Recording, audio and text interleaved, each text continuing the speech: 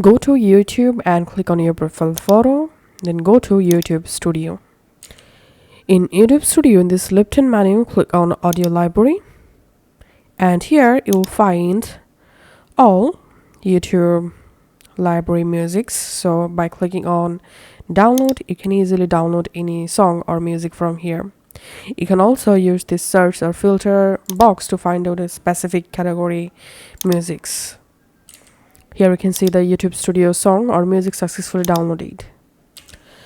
On your smartphone, open any browser and type YouTube Studio and open studio.youtube.com from your phone, and here tap on continue to studio. In this left-hand menu, just tap on this audio library or music icon here, and you directly jump into YouTube Studio audio library, and you can pinch your fingers to zoom in or zoom out just like this. Tap on the music that you want to download and then tap on download here, and we can see the music is now downloading. So that's how you can actually do it.